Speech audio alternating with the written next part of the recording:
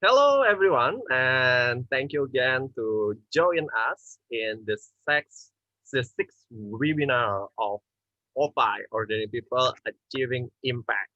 So today we will talking about meaningful community engagement, and we already have our two speakers in here, Minsha from Picha Eats and Luki Tapianto from Sustainator. And also, we already have our lovely moderator, Isha Ramthan, that will moderate this session. And if any attendees having any question, please put in the chat below. And this is came with the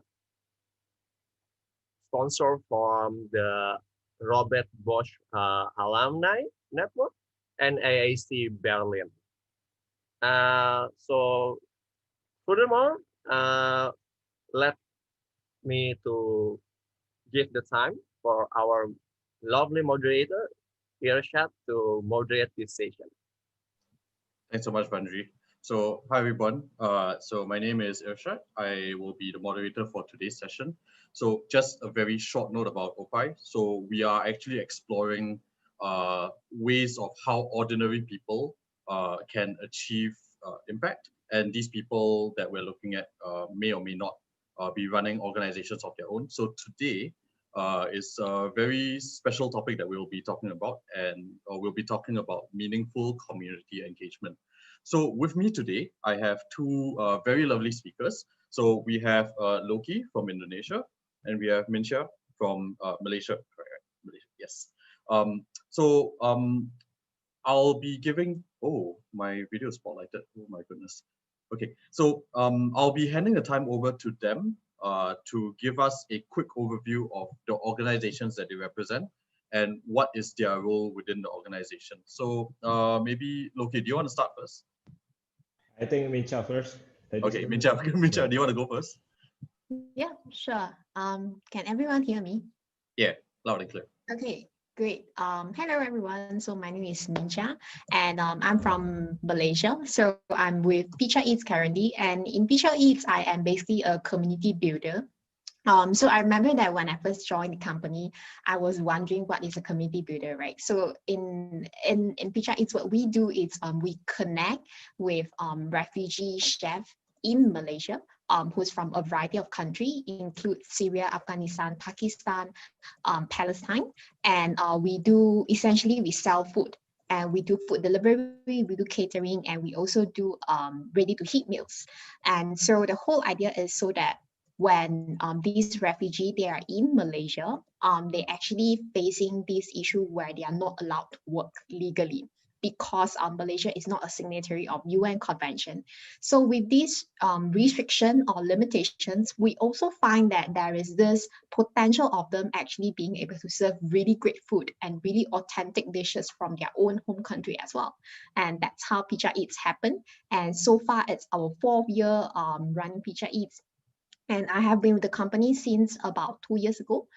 So my role is a lot to do with actually onboarding the chef, communicating with the chef, and also making sure that they are being well taken care of in terms of like well-being, or like when it comes to they need certain equipments when it comes to cooking. So yeah, this is what Picha Eats does in Malaysia. All right. Thanks so much, Mincha. So Loki, what about you? Yeah. Hi everyone. So my name is Luki. I'm from Indonesia. I'm from the Sustainator. Actually, Sustainator is the initiative that my wife and I run, but it's still on the idea stage. But for today, I will talk more on my full-time work. I work in Systemic. It's an environmental consultant company, and now we are running a waste management program in Indonesia. It's called Stop Project. It's related also with my previous work before I joined Systemic. So it's the same waste management project, but now it's in Stop. We have a framework, system change framework. So we want to make sure that the waste management service in one city can run sustainably. So yeah, our goal is to stop the plastic leakage to the ocean. So that's why we are building a MRF, a material recovery facility in one city, but not just building the MRF, but also doing the behavior change campaign, and then on the regulation things, we also tap into that. Also the collection. So it's we want to make a system change so that when we not left kinda when we hand over the project to the local government, it still can run sustainably. Yeah, I think that's what I did. Understand. So it's interesting. So we have two speakers, one of whom works in the space of providing employment opportunities to people who generally are disallowed from working in the country, and one kind of looks at uh, the waste management issue as a whole, as well as like how to solve it from a systemic as well as a behavior level. So I wanted to actually have an open question to the both of you. What does community kind of mean to you within the context of your work?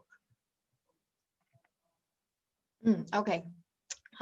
So actually, this is something where people ask us a lot as well, or ask me, because with the title of community builder, right? So what exactly do you mean, and actually what do you do? And a lot of time, what I tell people is, I eat a lot.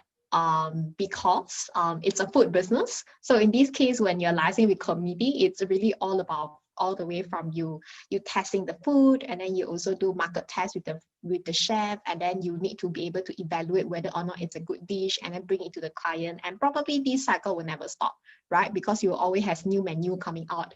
And yes, in short, towards I eat, but on something that I would say with different stakeholders coming in. So how we see community in Picha is actually, besides these mothers, a lot of time it's mother refugee chef that we are partnering with. That's one community, but also we are actually working very closely a lot with, like, let's say university. I would say youth, or like young people who genuinely has a heart, or like has the interest to learn more about social entrepreneurship, or to actually want to kickstart something. So to us, this is also very, very important, because of what we realize in Malaysia, or I would say probably it's something very common in Southeast Asia, but then again, it really put us into a situation where we think, okay, when we were a bunch of students and we are trying to kickstart the business, what kind of challenges that we faced, right? And then in that case, how can we bring this learning experience back to um, this the same person who is also trying to kickstart a business when they are still student, or like when they still have very limited resources. So in Picha, the community include all the way from people that actually partnering with us, our refugee chef, and up until like our customers, who really are what we call as Picha heroes, because essentially without them buying the food, technically the business would exist, is not going to sustain.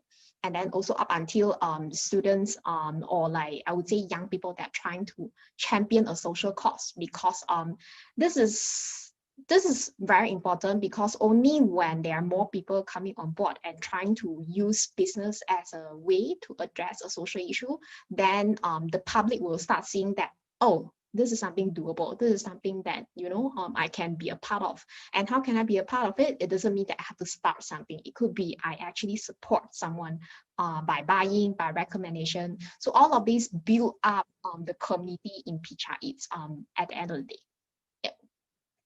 So it's fascinating because within that one word community, like not only is there a wider mission of trying to not say empower, but like provide opportunities to people who are refugees who don't necessarily have that opportunity to have gainful employment. But within that large community, there are like sub communities in and of itself. So later on, like I do want to dig into like each of those individual communities. But before we do that, Loki, like what about you? Like my sensing as well is that from your previous answer, there are also some subgroups that you're looking at. Like, do you want to tell us more about what community means to you? Yeah, I think for the community in general, I think people around us we can learn from.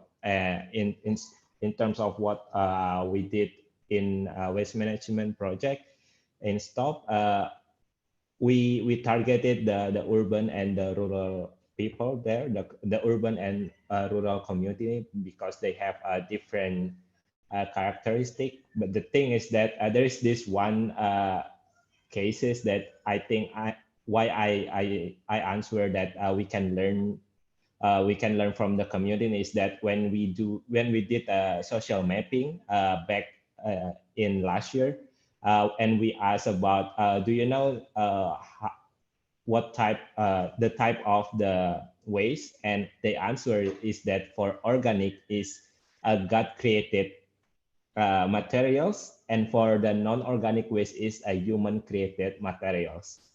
So I find it is interesting because sometimes in community they have their own language to say about things, like and then that's why when we later address those community, we might use those terms because that's what community known well about. If we use another term, it might confuse them to do the separation, kind of that things.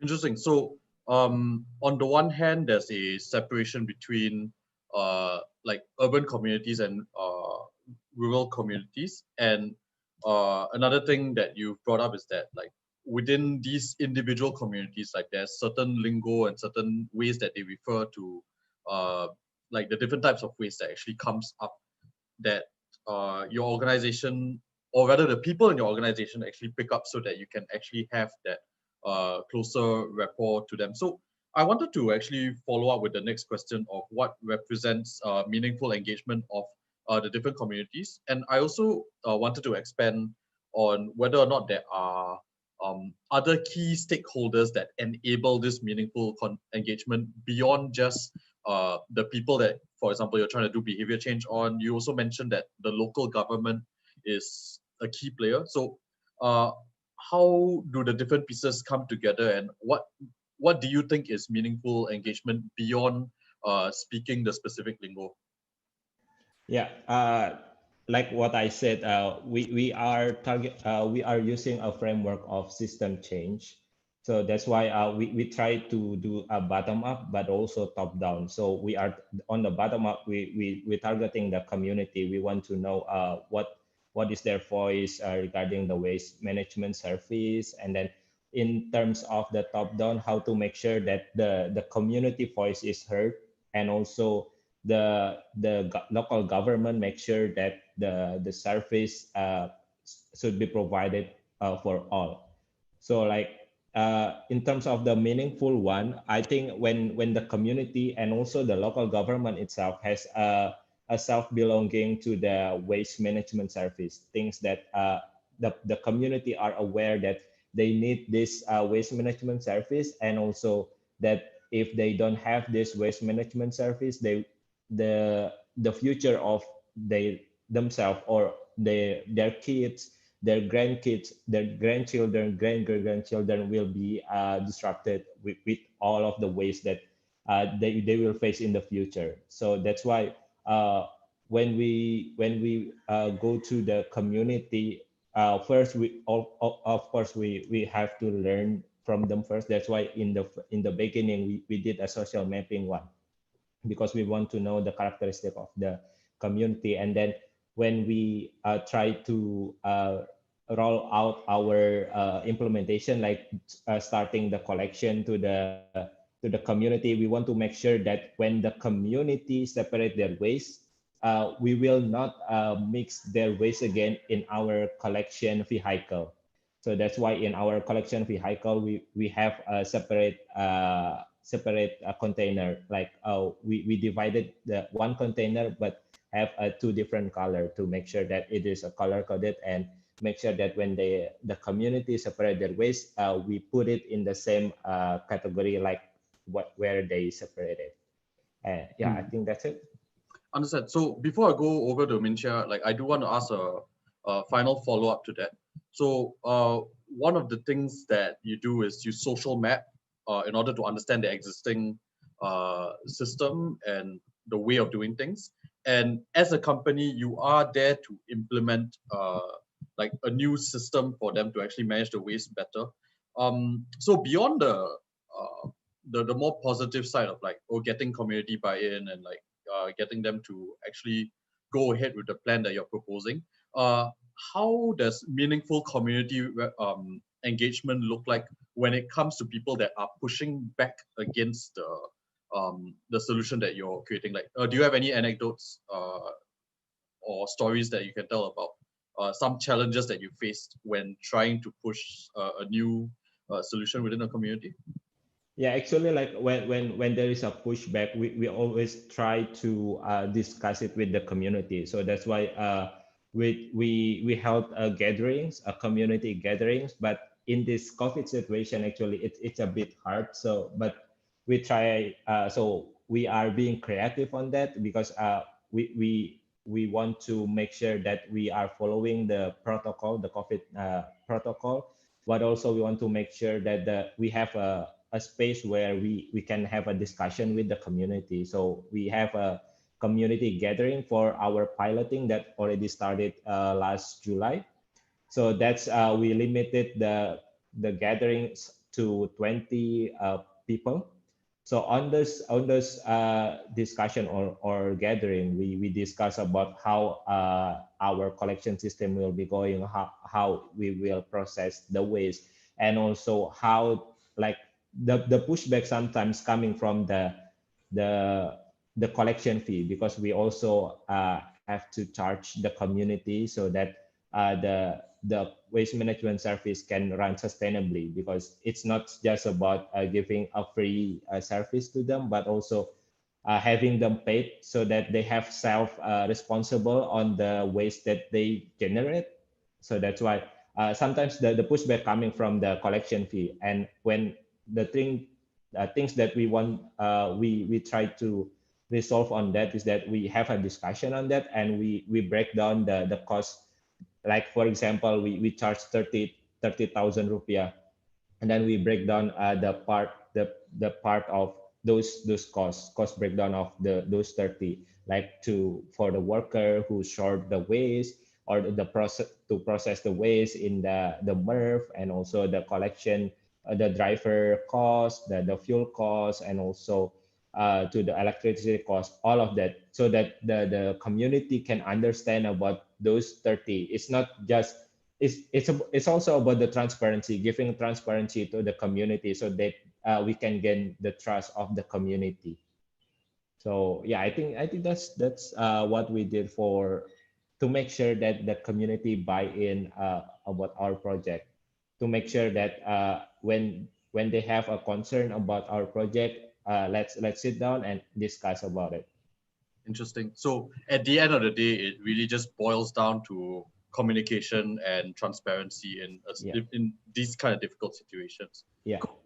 Okay, so I'm going to head over to Mincha because I haven't asked her any like some questions for a while. So Mincha, like I wanted to dig a little bit more into the students that you mentioned. First of all, because one thing that you mentioned with regards to community engagement for the people producing the food is that you engage in a lot of like eating essentially, and like working with them to maybe curate a menu and to determine like what should be included, what shouldn't be included. So that one is like is meaningful in and of itself. I wanted to dig into what you actually meant by okay, let me rephrase that. Like for students, right? If they are interested in social entrepreneurship as a whole, and what are the key messages that you try to put across to them, and what are some tangible things that you do to ensure some meaningful level of engagement with these students? Right. Okay, so maybe just to share a bit on that case itself. So Picha, when Picha it's first started, we actually joined so not myself, the co-founder team, joined a accelerator program organized by Magic, which essentially it's a government body, but they also have people that is I would say at the end what their goal is to encourage on entrepreneurship and social entrepreneurship.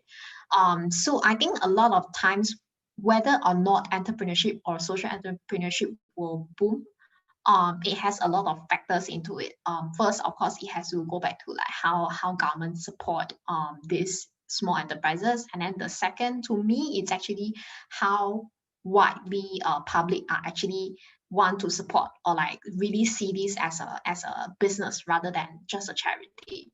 So then in this case, in order to achieve that, we also believe that we can't just go on and tell people, okay, you know, we are trying to help the community, you should come and help us. It's more on like a sympathetic angle, like, okay, you should buy this because they are very because you don't get equal opportunity, blah blah blah, things like that, which to us, yes, this might be able to work, but it won't be able to sustain long.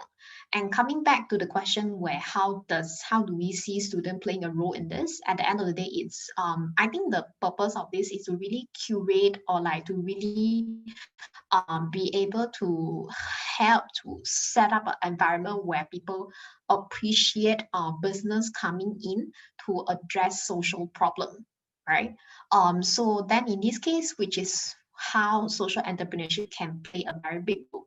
But at the same time, there's no point to wait for, you know, government or like I would say bigger corporates to take actions. Like in the end, you'll just be like just waiting and waiting. So to us, what we see, how can we play a part in this is we also help the enterprises to actually be able to identify what are their challenges, especially at the starting phase, because only when we are able to share our learnings, because we have been there, like we have tried certain things, maybe, or like we have tried this, it doesn't work, but we have tried that, yes, it works. So these are the learnings that we see we can share to the others, which a lot of time it includes students or like fresh grad who are trying to start their own business, and they're very willing to, or like they're very willing to open to explore entrepreneurship or social entrepreneurship. So and then again, it comes back to a lot of people would ask, right? How does it relate to you, Picha Eats, as a food business?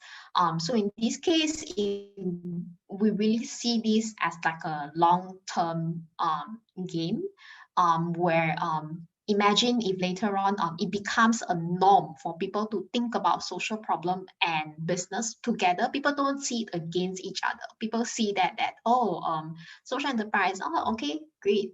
Like it already become a norm. In this case, it will really help all social enterprises to be able to sell better or like thrive better. But before that, there has to be a lot of work in like trying to explain to people, okay, this social enterprise, this will be how the model could look like. And yeah, so I would say we are trying our best, probably like very bit by bit. But that's how we see we can also be part of it. Yeah.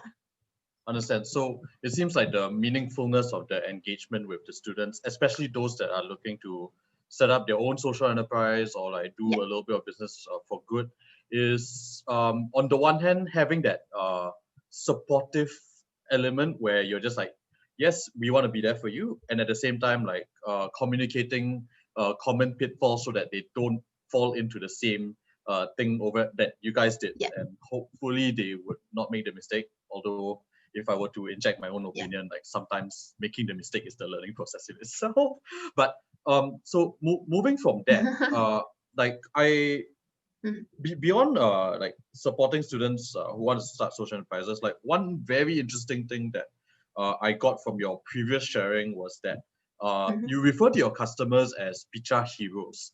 So talk to me a little bit about like how exactly do you create a meaningful engagement, given that like for customers sometimes it's just a one, like it may be a transaction. Like how do you make it more than just a transaction?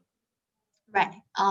Yeah. So I think what we are trying to avoid here is a transactional relationship, because you want them to actually be involved with the community. Although they are not the one who meet the community, they don't pick up the food, they don't actually meet them face to face.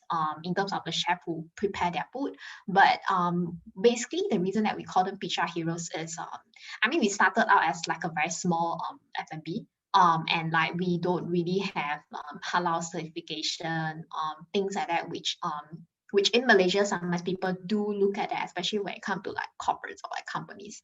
But in this case, I have to say a lot of it come from trust, especially at the first purchase. So when I say trust, it means that they trust that, okay, we can deliver them the food. What if, we could have FFK, we take the money, we go FFK and say, oh, I can't do the catering. And then the second is we trust that the food is actually clean and it's edible, because a lot of people would say, oh, refugees, how do we ensure that the quality is there, things like that. So then all this, this initial trust-based relationship really is the reason that they are our heroes, because we understand that without them first placing this amount of trust to us and placing that order, then it's actually like obviously the business just wouldn't be able to run at all. And then how do we continue to, I would say, develop that trust-based relationship? Is of course, in terms of PR, we make sure that our QC is being done well. So you need to have great product, right? In order to bring that service to the clients. And then in our case, we also make sure that the storytelling part is done well as well.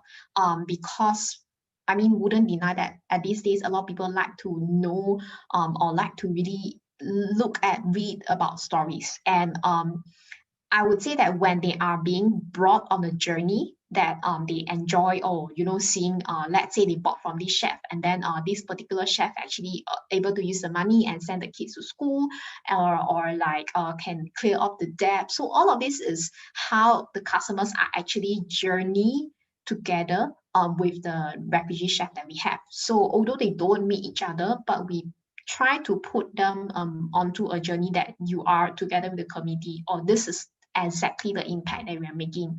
We give a very transparent business model. I mean, we share our business model everywhere on the website, when we go sharing, things like that. So it's a 50-50% model.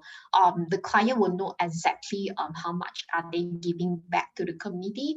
And so in this case, they'll be able to tell that, this is how much of the impact that I have made to a certain refugee chef. So this is how we basically maintain our relationship with what we call as pizza heroes, which is also our customers. So that's fascinating. So what you basically highlighted, and basically a common thread between what Loki shared and what you're sharing, is that transparency and communication is still very much key to maintaining that relationship. But at the same time, for you, like there's an added layer whereby the presence of trust is actually inbuilt into the purchasing mechanism, whereby people need to actually take that leap of faith to engage with you guys first, and that's where the relationship actually starts, rather than it being a like support this, like everything else is covered. Like it's really just like you need to trust first, and that's really fascinating to me. So I want to move on to the next question, and Mincha, like I do want to ask this to you first because it kind of follows up.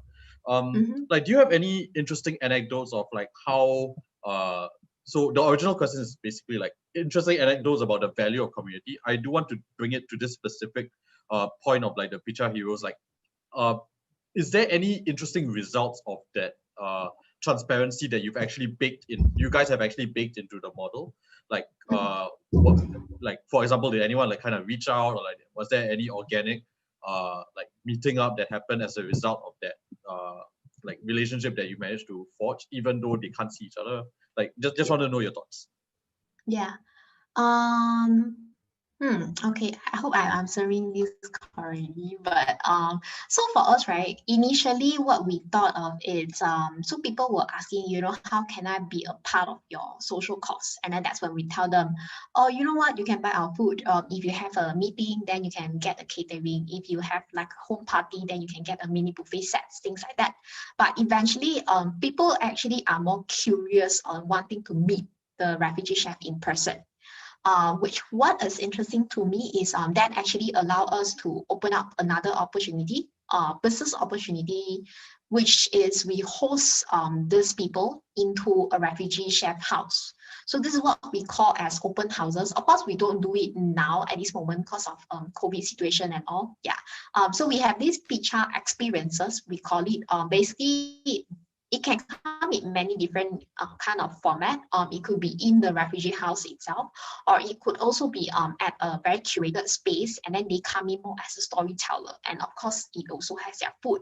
So it will, I mean, I guess to me, it's like when people are curious to know more besides the food itself, and then it brings to the point where, oh, actually I want to meet with the person, and I want to be able to hear more from the chef herself. And I like to also, you know, actually interact with them to find out more from them. How's your life like? How is it like in Malaysia to you? Is there anything else that you see that could have Malaysians to be of help as well, things like that. So yeah, if I have to say one thing that I find it interesting, is actually on how this also help us to open up another business opportunity. And at the same time, what we didn't realize, or like what really surprised us is when we first started doing it, we thought that it was just from an idea where we have always been eating with our refugee chef like during special occasion, like, you know, Christmas, Raya, that kind of like bigger big days, right?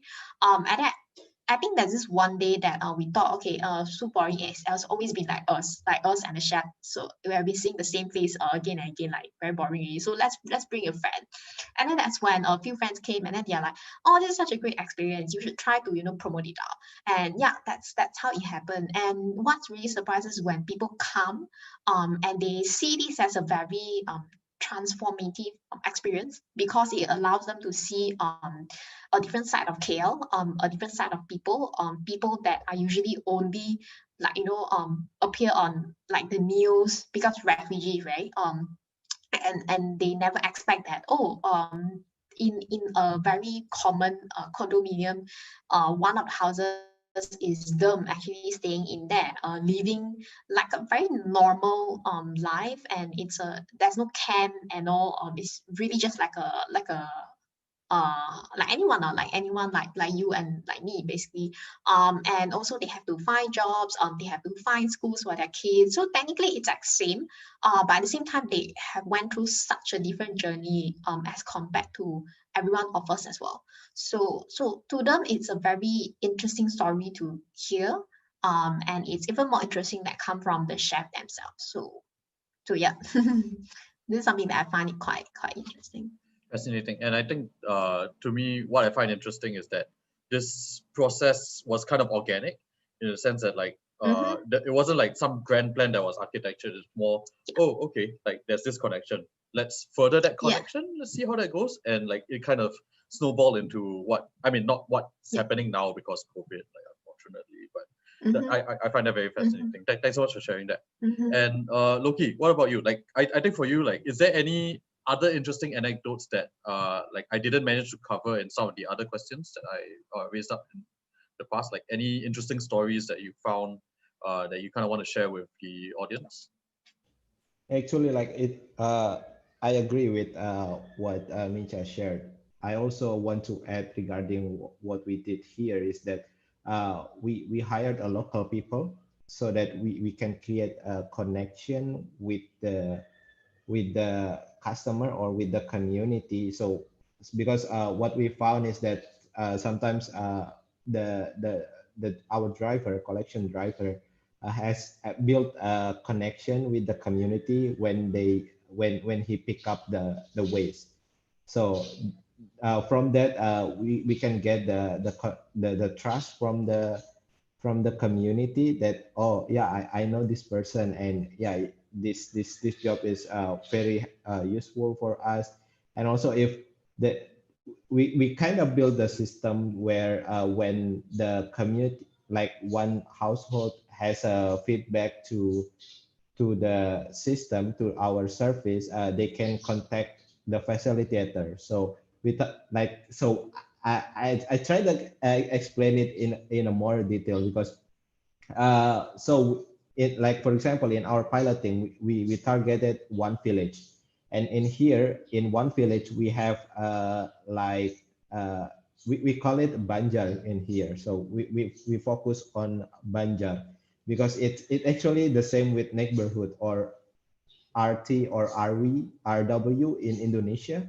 So it's kind of a community consists of maybe 10 to 15 household, and then the RW is consists of several RT. So it's kind of that things. But in here in Bali, we have Banjar that have like maybe around 100 to 150 household in the community. And in there, we kind of we have a 100 household to be served for the waste management service, and we target and we have a three facilitator that coming to the household every week to monitor the separation and also to check if there is feedback from the community. If, like for example, if the community have a challenge on the separating waste, like if they still do not understand how to separate the waste, like they still confuse this plastic should go to where, or this material should go to where. So that's why we have this system where the facilitator come to the the house every week to do the monitoring, and if they have feedback, they can give it to the facilitator, and then we can discuss it, and we kind of have those one-on-one session with those households that have a feedback to us, to so that yeah, again, it's kind of how to make sure that the communication channel is there, and when they have a feedback, they can their voice is heard, and we can take action on that feedback so that we can gain trust from the community itself. So interesting. So beyond just the facilitators, like there are also collectors that are around, that are part of that system. And the interesting thing is that like trust is kind of inbuilt in the system because each of them have a part to play. But beyond that part, like there's an organic connection that's being made. And on the part of the facilitator, them being on the ground actually facilitates like the community effort to actually get this system up and running properly. Okay, that's very cool. So I am going, oh, wait, Loki, do you wanted to add something to that, or? No. Okay, okay. So I'm gonna shift the tone of the conversation a little bit to slightly more high level and moving away from your individual organizations. But for those in the audience, like if there's any questions that you want to ask, I have the question and answer panel open. So I will slot these questions in as and when like the questions do come in. But if there are no questions yet, the next few questions are going to be a little bit more personal and philosophical. So just mentally prep for that a bit. So the first one that I wanted to ask that is a little bit of a transition from the specific to the philosophical is whether you have any core principles or core beliefs about all these ordinary people creating an impact. So this question, you can either answer it in terms of like the organization that you represent, or like from a personal overall point of view when you interact with people and you're trying to get people to create an impact. So are there any philosophies that you have about people creating an impact? So if you guys need some time to think, that's all right. But whoever's ready, like you can just unmute yourself. Yeah, I see Loki unmuting I himself. can go first. Sure. So for that, the people, ordinary people creating impact is that the first thing that we have to think about is that who is the audience that we want to target the impact for? Who is the audience that we want to impact, because that's important. And then from that, we have to again study about our audience. Like for example, the community, we have to know about the community. I have this the subject in the university that I think it's very useful for my life and also for my career now, is that the subject called human-centered design.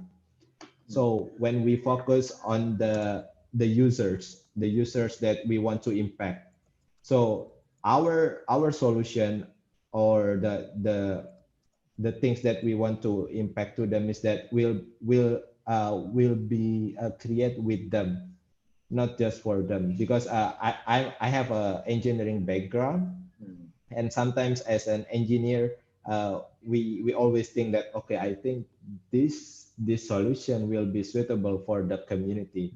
But the thing is that sometimes the community will not use it because the solution, the community didn't understand about how it works, what is the problem, kind of that thing. So that's why when we try to impact on the community or the users that we want to impact, build the solution with the users.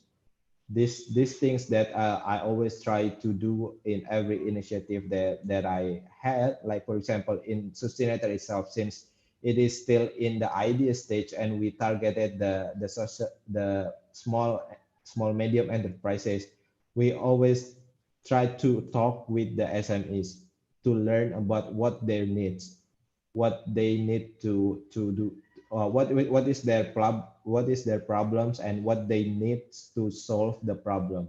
And then we try to build the solution with them so that they will use those solution, not just we design the solution and then they use it. Because if we go with that framework, most of the time the solution will not work for the community or for the users itself. Cool. So your core philosophy is first and foremost like human centricity, but beyond that, like an added layer to your core principle is that it should be a process of building with rather than building for specific users. Okay, yeah, that's straightforward and super important, which I would also argue that like a lot of people sometimes forget because sometimes we feel that we think we know better. So, Minxia, like hold on, like everything okay on your end? Like, can you hear us? All good now. All right, no worries. Hope everything's okay, yo. All right, so for Loki, he kind of answered that human centricity and like build participatory design is like the core principle that like he feels people should have when they are trying to create an impact. I wondering whether you have another point of view about core principles. Yeah, I think what Loki mentioned is definitely very true. Because it might also be very close to what I'm just about to share, which actually for us, I would say don't really fall in love or like too much into your solution. What do I mean by that is and also just a very quick example would be during COVID time. So what happened is in Picha, actually about 60 to 70% of our sales is from catering, right? We do buffet catering for events, for big companies, for corporates. So obviously during COVID, things like this are just gone. Like there would be events, there would be and in fact people don't even travel out of house, so that on the B2B sales is definitely like down. So in this case, if we are too much into what we have been developing and we really hold so strong on like, hey, you know what, our product is catering now, and I'm not willing to change, and I no matter what, I die, I want catering to happen. So in this case, it will most likely cause really like the pain on the community side, right? Because you won't have the sales, and obviously a lot of community are sort of like relying on the business to have income, and that helps them a lot. So in this case, what we really reassess strong at as a company, we also try to understand what the community can offer. So in this case, we sort of keep ourselves like very disciplined in a way where we think, we try to force ourselves to be creative, and we think that, okay, with food, what else can be done? And that's how Picha has a new product that is sort of like an MCO baby, which is ready to heat meals. So the idea is, since everyone is stay in the house, so then we launched this ready to heat ready to heat meal where the refugees still prepare the food, but except that the process is a little bit different, and it's actually chilled meals or like frozen meals where our customer can store it in the house, and it can be stored up to 3 months. If in solution where you combine the skill set of the community plus. So I would say that one key principle in PCHA that we always practice is really listen to the customers and listen to the community, so that you know, okay, how do we match the interests of both sides, and how do we match the needs of both sides. And us really is as someone like a mediator or like the middle person who is trying to enable our customer to who want to also do good and enjoy great food to have a channel, to have a platform. So yeah, so that's how I see like our core principle in PCHA Eats when it comes to community. Fascinating. So generally at the core, the whole, I wouldn't say problem, but like the main mission that you guys are going for is to ensure the continued provision of employment opportunity for like refugees that are living in Singapore. Right. But it's more a case that it's super important either as an organization or as individuals to not hold too tightly to a particular approach or particular solution. I have to say that the term MCO baby is not one that I've heard before. Oh, yeah, Daniel. I think I meant to say Malaysia, so sorry about that. Yeah. So for those not familiar with the term MCO, MCO kind of stands for Movement Control Order, which is basically the would you consider it a hard lockdown, or like how, like just to sidetrack a bit, like it's a partial lockdown. Yes. Okay, understand. Okay, so I kind of want to go on to one even more philosophical question, which we ask every session. We've had 6 sessions so far, and like we've asked it for every one of them. Do you guys feel that people around, so beyond just the people in your community, but do you guys feel that people are inherently looking to create impact? And if so, why? If not, why not? Do I go first? You Your go question first. is, do I feel that people are do I feel that people are actually into creating an impact? Is it?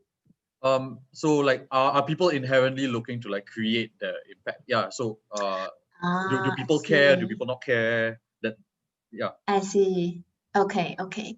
I think I think I mentioned a little bit earlier, which to us, to PCHA, of course a lot of time people want to do good, right? Whether or not I do good just for myself to feel good, or whether or not I do good just because I have something to share with my peers or anything like that. But if you ask me if people genuinely want to do good, I guess it's a yes. But at the same time, people also have a lot of thoughts in them where, okay, I'm gonna wait until I reach, then only I do good, right? I'm gonna wait until I have the time, then only I do good. Then only I'll wait until like I am stable myself, like in terms of lifestyle, in terms of sustainability myself, then only I do good. So in this case, I think PCHA, what we have been trying to do is we want to sort of like challenge how people think about doing good. So doing good doesn't have to be something that you only wait until you are super rich, like billionaire, or doing good doesn't have to only happen when you are you retire already, nothing to do.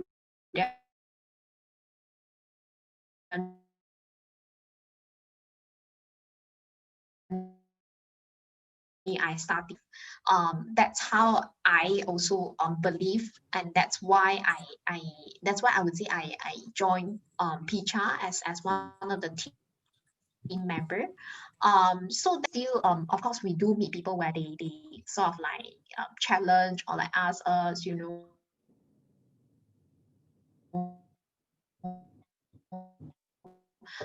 no matter what you would to explain that why do you choose to work with refugee, or when there are also other poor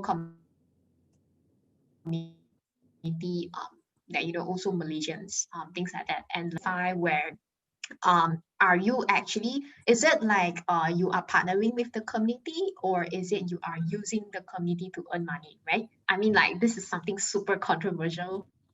And we always try to address that, actually address that openly as well, because we always like welcome people to also ask us questions like this. It's not something that we would sort of like back away and try, like, avoid answering. So then in this case, I think what is really scary to me, personally, it's when people just think they want to do, but they are not doing anything, but they are not taking the actions, but they are not like starting something. So whether people are, like you say, care or don't care, at the end of the day, if you, to me, right, if you don't care, then okay, like, it's fine. But right, if you say you care, I would say I want to see something being done.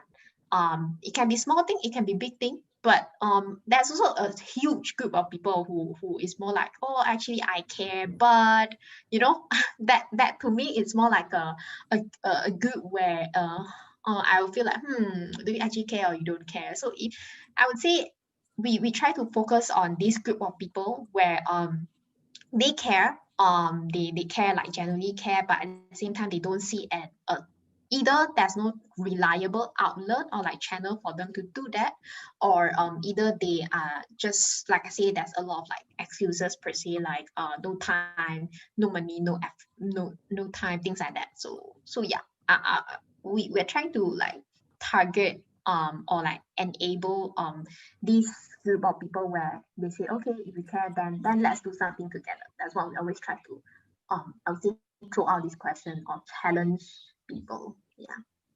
Wow, that is a incredibly layered response. Like, I'm so grateful for that. The challenge with like having a very layered response is that it's very, very difficult to summarize. But at the core of it, what you're mentioning is that like I would say, like, within the organization's heart and within your own heart, like, you do think that people have that intention. It's just about whether or not like they actually do something about it, or whether or not like they actually pull ahead with it. And Yep. at least from an organizational point of view, what you can do is twofold. The first one is be open to like either criticism or comments where Yep. people try to second guess whether or not like you're doing good, but are you doing the right kind of good? And then the second is like, you do want to provide a trusted enough channel whereby people don't have to wait until they're millionaires, billionaires in order to provide the level of good that they wish to be able to provide. Yeah. Okay. Yeah. That's great. So Loki, what about you? Yeah, I do agree with what Mika said about the impact that people are looking for. And I think these days, people, I think more and more people are looking for to create the impact even on uh, how they buy a product. That's why more and more social enterprise businesses are founded these days, or several years ago, because I think people try to creating impact even from buying the product that they use every day. We can see that more and more product that have a social value or environmental impact, and more businesses try to disclose their social or the environmental impact, so that their customer can feel the impact of what they buy. And I think from that things, I think that's very good, because nowadays it also impacted by how social media play a big role in our society nowadays, where we can see that, oh, you buy, like, an influencer buy a eco-friendly product, and people get inspired on that. Oh, that those product creating this impact, I think I can buy that so that I can create impact. I think from those small things, I think it is a good sign, because more and more people aware and have a sense of they can also make an impact, even from the small action like buying a product, because I think it's not a small action, but it's big action actually.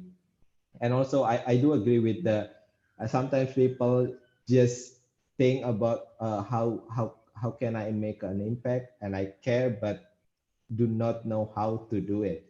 And I think more and more platform try to bridge those gap when people have those awareness but do not know how to do it. I think more and more like the fundraising platform that are well known in Indonesia, like Kita Bisa, where they uh, uh, connect or distribute the money to the beneficiaries, that we think that we can impact the life of others. So it's fascinating. So like you're kind of reinforcing the point that there's already that desire, and you've highlighted like a bunch of examples where there is the not just the avenue for people to like start business and do good, but also like as individuals, like people are already empowered to be able to do these sort of things on a more like individual, decentralized fashion.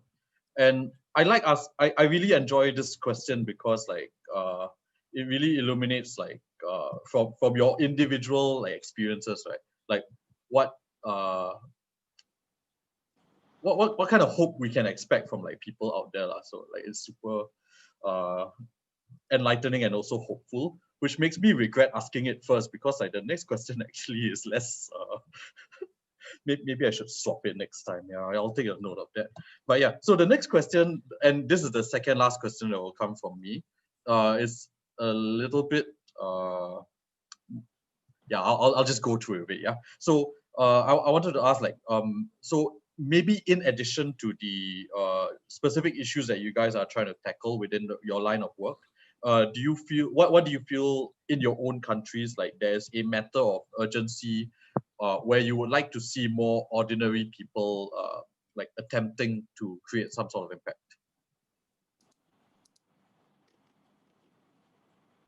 Okay. Ordinary people creating some sort of impact. I would say the first thing is to be aware of what's happening around. Because I think a lot of times people are very much not everyone. I actually see that it's getting better and better where people enjoy learning about what other challenges are faced by other community. And it's slowly getting better because when people take the initiative to host like awareness campaign for different causes, I would say all the way from environment to for community or like to be it locals or be it international. So that's one great thing for sure. But at the same time, I'm also very I also feel like in terms of like nationwide awareness campaign, a lot of times once the awareness is being built in, then the next question would be what's the call to action for all this awareness campaign. And like I would say, a lot of time people also forget that actually it doesn't matter what are the things that you are doing, whether or not it's big, it's small.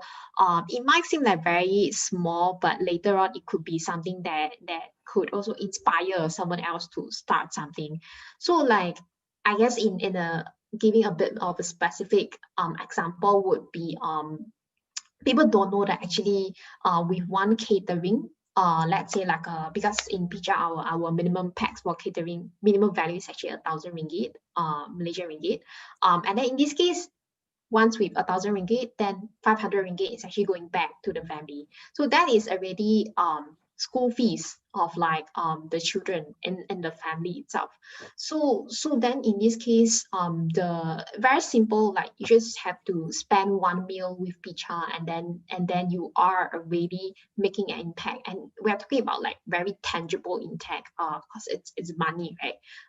And you are already two things. Like one is to give a voice to this community who never get their voice being heard, because every time when we sell out their product, we also write their stories on like the packaging, or like if it's catering, then we put it on a signboard, things like that. So you are, one is to give them a voice, and then the second is to give them a real livelihood, because I mean, let's be realistic, right? It's really about having an income, a roof, even though very simple, very basic, you know, roof over the head, and then meals on the table. So yeah, so it's really not something that you need to be extraordinary to do that. It's really like, you know, just one meal, very ordinary. I guess the concept is, you know, we eat every single day, right? So 1 month, 30 days, and we have like 3 meals in a day, unless you skip breakfast, but you still have 60 meals. So out of these 60 meals, you just take one meal, and then you choose to buy from, it doesn't have to be Pizza, maybe in the future, you know, if there's more restaurants that also do good, just choose this one meal, and this is something that really ordinary people can do. And yeah, so that would be my input. So interesting. So like I like the way I would summarize the points that you did, and feel free to say I'm wrong if I'm wrong here. But there seems to be a little bit of an empathy gap between, so like it's a little bit general because like there are a whole bunch of issues, and there's a need for people to actually understand, like on a more personal level, that like there are people affected. And what you're hopeful for is that like there are already a lot of ordinary people beyond just Pizza Eats, who are actually like creating those awareness campaigns, who are actually going out to like tell all of these stories. Yeah. That's an incredibly optimistic answer to an incredibly pessimistic question. But anyway, thanks so much for sharing that. Loki, what about you? What do you feel? Yeah, I think everyone has created the impact already in their life, either good or bad, big or small impact. It's just a matter of uh, how can we make sure that the good impact can be shared, and also inspired to other to do another positive impact in our life. Because like, it's just remember that our action might be small, but it matters. We never know what our one action, our one positive action that we shared in our social media, like the Instagram stories, can move the heart of one people, and then the those people can move another 3 or 5 people hearts to do the same thing. So it kind of snowball impact, like what you said, Irshad. So that it is easy that we can we have all of those media or platforms so that we can create impact nowadays. And the areas that I think can be emphasized at this moment is like, I would say that for me personally, I would say that the mental health in this pandemic situation, where people can share, maybe even they have some, because sometimes the mental health issue like the depression, people are afraid to say it because like there is this stigma where people will say that when you share your depression to the public, people will say that you are insane, you are crazy, and that could make the depressed people more depressed. So I think yeah, let's just use social media, and then like use social media wisely, and not try to judge people, rather than doing good, like try to create a positive impact rather than the negative one. So there's a similar point that you kind of raised up with regards to like the awareness piece, but for you it's more about like having some level of okay, how do I put this? Like you would like more people to actually take the leap of faith, to actually be vocal about certain things that they might be going through, because it's one of those things where you never know that a positive snowball effect can actually result of it. And one of the specific examples that you gave, which you perhaps feel that it's a matter of urgency, is mental health, whereby it's less of a matter of like, oh, you gotta hide because like otherwise people will think you're crazy, or like people will think you're gonna affect other people like in very bad ways. But it's more because of that visibility, like people will also be a little bit more comfortable in like opening up, and hopefully as a collective, like this problem can be solved a little bit better. Okay, sounds good. Okay, so I'm going to end off with like one last question, which is not philosophical, it's like super specific.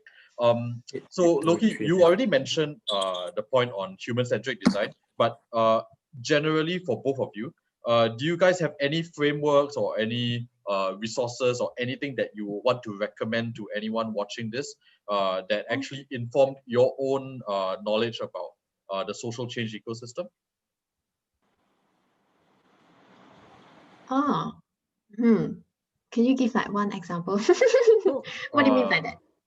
Okay, like was there a particular article that actually told you I about like the different see. roles, or like is there a podcast that you listen to where someone goes through like their stories, and like I have a bunch of examples. I can send you a link.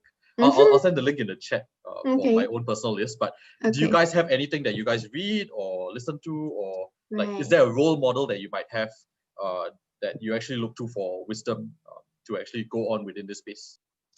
Okay. So we practice like in Picha, we actually try to encourage everyone to read. Like always have a book to read. Like there's a book list like in 1 month. You read one book, things like that. But I guess for us, we really like to see, I would say, example books like Good to Great, and also books like about more on entrepreneur. How do they build a business? All the way from like Netflix, or like Elon Musk, or Ma Yun from China. So I think these a lot of times give us different perspective on how they also had went through like the startup days. And they also, this is how they overcome it, and especially in terms of managing people. That's what we always struggle with, I would say, even in Picha, even at this point. So yeah, when it comes to management, we love books like Airbnb, and we love books like even Amazon.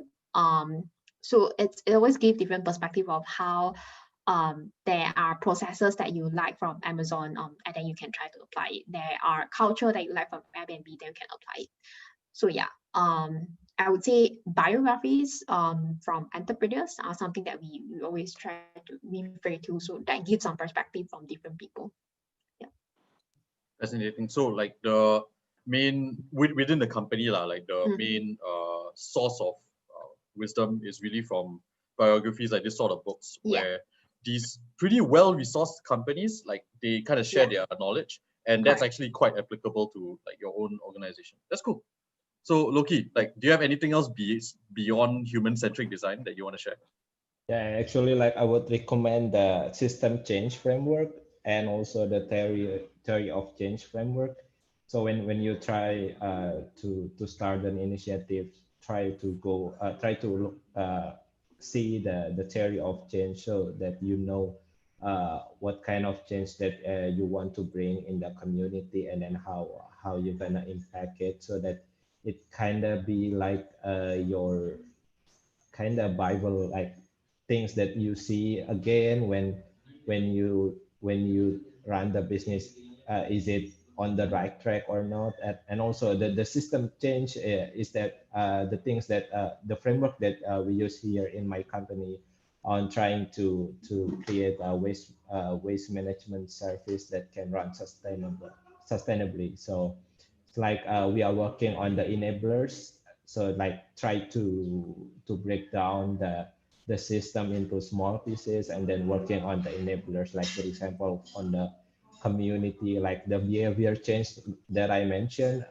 We can go to that part, like break it down to like the waste management, and then on the behavior change one, break it down into small pieces, and then I get the behavior change, and then in those behavior change topic, working on the enablers that can run when we, with or without us. Like for example, create a system enablers that already there, already in the current system. so that we kind of use this current system to make a change. I think that's it. I'm probably going to ask you as a follow-up question after this call about which specific systems change framework you're using. There are quite a few, but okay. So like basically like there are three layers, like the theory of change framework, the behavioral change within that theory change framework, and like finally like the systems change where you're kind of mapping like the different enablers and stuff. I'll ask you after the call whether you have any resources so I can share with the like the community later on. But anyway, yeah. So we've come to the end of the session for today. I'll thanks so much you two for like taking the time off to have a nice little conversation on a Saturday afternoon. I'll pass the time back to Ivandri to close off the session. Ivandri, please. Okay, thank you so much for the speakers, and thank you also for Irshad that already moderating the process for this session. And uh, for any attendees that already came to this session, we will have this in the OPAI.me YouTube channel in this past week. And you guys also can see other information and other video that we already have from the first webinar until the sixth webinar in the OPAI.me channel. Please search and subscribe it in YouTube.